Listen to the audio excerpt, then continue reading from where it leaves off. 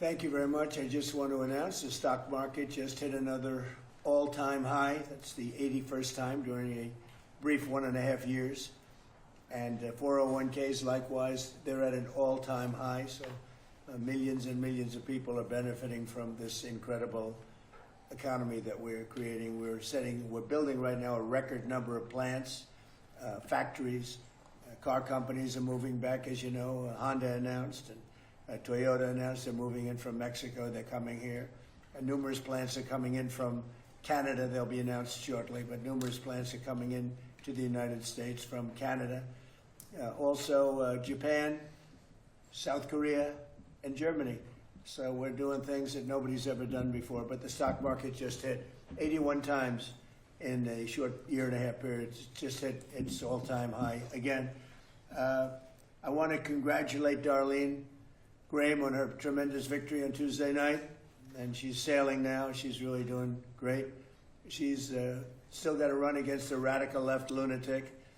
And the South Carolina people are not going to stand for that. I know South Carolina very well. I won it every time by record numbers, have the all-time record by millions of votes. But I just want to congratulate Darlene for having run really a great race. And she's going to be a great senator, and the people love her. There's something about her that's very special. She's got a little Lindsay in there somewhere, got good genetics. So Lindsay's looking down very, very happy and very proud of her sister. So congratulations, Darlene. And finally, I guess the purpose of this more than anything else is we're going to be changing the name of Lake Ontario, effective immediately, to Lake America. That's going to take place right now as I sign the order. Do you have anything to say about it, Ben? Yes, sir. So this is a straightforward but important executive order. It directs Secretary Burgum and the Department of the Interior to update the Geographic Names Information Service to reflect that the lake once known as Lake Ontario will, from this day forward, be known as Lake America. This is a lake that has most of its volume in the United States. The deepest parts of the lake sit in United States territory, so this will reflect that This is an American lake. Thank you. Okay.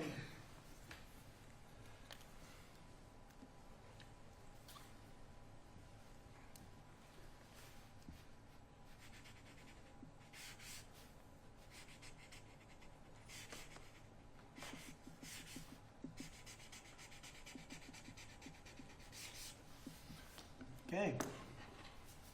Thank you very much.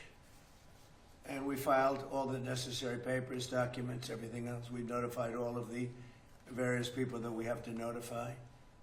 So we've done everything that you have to do. And this is official, effective immediately. Do you have any questions, anybody? Mr. President, Yes. that video you put up yesterday, you crossing out Lake Ontario and writing Lake America, it's been seen by about 30 million people, maybe more, across all the social media platforms. What message are you sending to Canada with this move today, and why was this such an important thing for you to do? It's an interesting question. No message. As you know, Canada's been ripping us off for a long time on trade, very sadly. Even the military, we defend Canada for nothing. We don't get anything. They don't pay us to defend Canada, but we defend Canada, and they understand that. As an example, we bought icebreakers. They'd like to use them. We have 11 brand new icebreakers coming in. They'd like to use the icebreakers. They don't pay for anything. And they want to be treated like a state, but they're not a state. But they want to be treated like they're a state. And so we just can't do that anymore. We lose, on average, over the last 15 years, $60 billion a year carrying Canada. So we just can't do it anymore. We love the people of Canada. I don't think their representatives do an appropriate job. Maybe they'll change. I really don't know. It doesn't make much difference. But we can't let the whole Canadian thing has been going on for decades, and it has to come to a stop. So we're going to be doing tariffs on their cars that are coming in at a substantial level, because we want to make the cars here. We don't want, if they can make their own cars if they want, and they can continue to make their cars for Canada, but we don't want them to make cars for the United States of America. It's very simple. Likewise, many other products. So the lake change, Lake of America, was something I've been thinking about for a long time, actually. As you know, we took something called the Gulf of Mexico. We changed it, and now it's very routinely the Gulf of America. So if you think about it, we have a Gulf and we have a lake. Now all we need is an ocean. So maybe we'll have to change the name of the Atlantic and or the Pacific. Maybe we'll change them both. Why are you so focused on doing things like this towards America's allies instead of doing things that... Well, they haven't target treated us adversaries? well. The Canadian officials have treated us very badly. They're nasty people. They charge our farmers 400% tariffs. They've been doing it for a long time. And I had them figured out in my first term, and I did some pretty strong things and had it getting pretty good. And then the election was rigged, and now I'm coming back and doing it the way it, and finishing the job. But they treat us very badly. Canada treats us very badly. I would say that of all countries, as you know, we have President Xi coming in a couple of weeks. We deal with a lot of people, and people oftentimes, they'll ask me, who's the worst to deal with on trade? And I said, that's easy, Canada. They are the worst to trade, and they feel entitled, and just we can't have that. Mr. President, Ted Cruz keeps teasing a 2028 presidential run. You've run against him for president. Do you think he could be president? What's your reaction to that? You say he's going to run? Or? He's teasing at 20. He's talking about it. You don't mean 2020, but you mean... 2028. Yeah. I would say that he's very talented. He's a very good friend of mine. I think he might do that, yeah. Mr. President, He's a talented guy. Mr. President, what's your Very reaction? important. What would you say to those who are concerned a trade dispute with Canada could affect American affordability ahead of midterms? Well, ultimately, it's going to be very good for us because we're losing, when you talk about affordability, we're losing $62 billion a year on average with Canada. And if you really look at it, we're losing more than that. It's too much. It's too much. We can't lose that. We don't want to lose that. We don't want to lose it anymore. Mr. President, has Vladimir Putin agreed or committed to not attacking a NATO territory?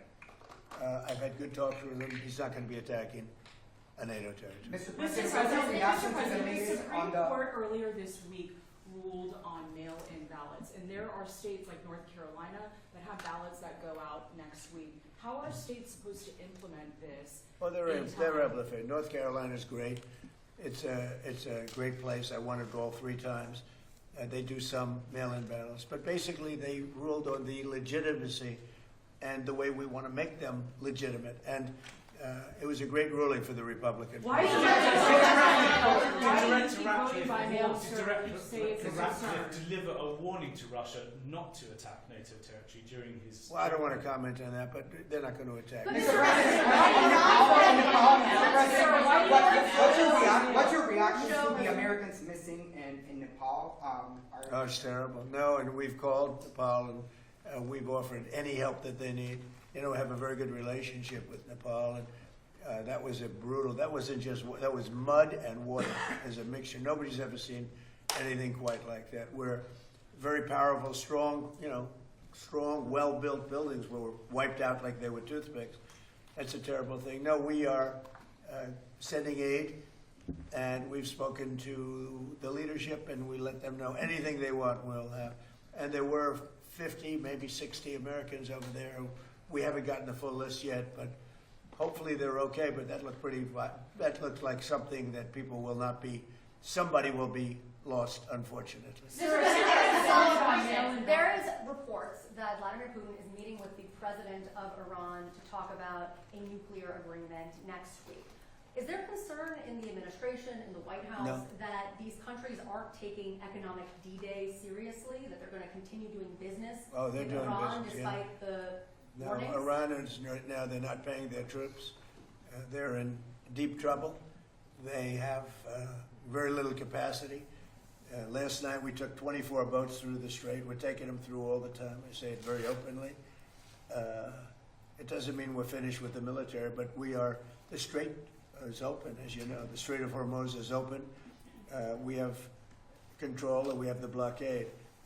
Iran's not getting anything, nothing is going through. Not one ship has So gotten will you through. punish Putin or Russia if they continue Well, it to do depends. business It with depends. Iran? So far, I think Russia's behaved quite well having to do with the Strait of Hormuz. And you have to understand, for everything they do, we do also. You know, somebody was saying about China, what about China? We hear they're spying. We spy on them too. That's the way it goes. Why not sanction Chinese banks, though, who are doing business Well, with who said I'm not? You said, why not? I mean, who said I'm Secretary not? Bessent didn't announce You don't know if that. I'm doing it. Well, I don't have to announce everything, do I? Mr. Mr. President. President, to sir, about what other leaders have you spoken to about this pressure campaign to get them to cut off ties with Iran? About Iran?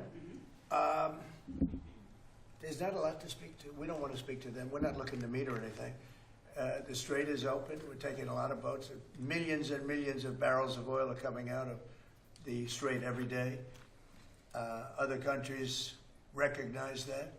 Every once in a while they shoot some, they put some shots out. We totally cleared the strait of, we have the best minesweepers in the world, the underwater minesweepers. And we've totally cleared the strait of mines. And we're watching very closely through Space Force, which is one of my things, one of my many things. But we're watching, we see every inch of the strait. And any boat goes in with a mine, we see it, and we take it out. We've taken out 2 of them. Thank you. So I'll be going to Texas, and we're working very hard. We want to win that race. He's running against a man who should never be. We have a very good candidate, Ken Paxton, and he's running against Telefrico, they call him, because he is a little freaky, and that's not a man that represents the value of Texas. So I'm going to help Ken Paxton, and I'm going to spend a lot of time in Texas. I have the all-time highest vote in the history of Texas also, and I'm going to spend some time there. We're going tonight. Some of you are going with me. Thank you very much, everybody.